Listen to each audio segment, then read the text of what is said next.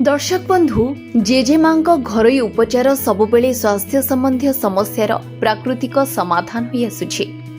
संप्रति एहिपरि एक चमत्कार प्रतिकार विषय रे आलोचना करिबाकू जाउछु।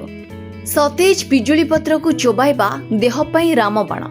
एहा केवल आयुर्वेदिक रेसिपी नुहे, वैज्ञानिक अनुसंधान मध्य एहार लाभ प्रमाण करिछि। प्रतिदिन सकाळे दांत घसीबा परे 2 ରୁ 3ଟି ताजा पिजुली पत्र चोबांतु।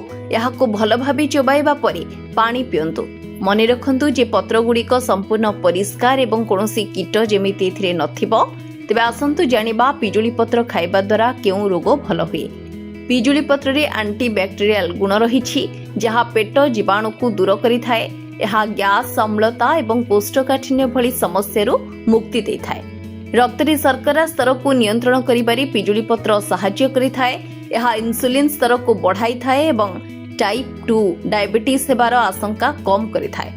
पिजुली पत्रर व्यवहार मध्य ओजन ह्रास करिबारे सहाय्य करिथाए। व्रण एवं कुंचन परि चर्म संबंधी समस्या ह्रास करिबारे एहा सहायक होइथाए। केश झड़िबारे पिजुली पत्र मध्य बहुत प्रभावशाली। Bureau report, RCN Odia.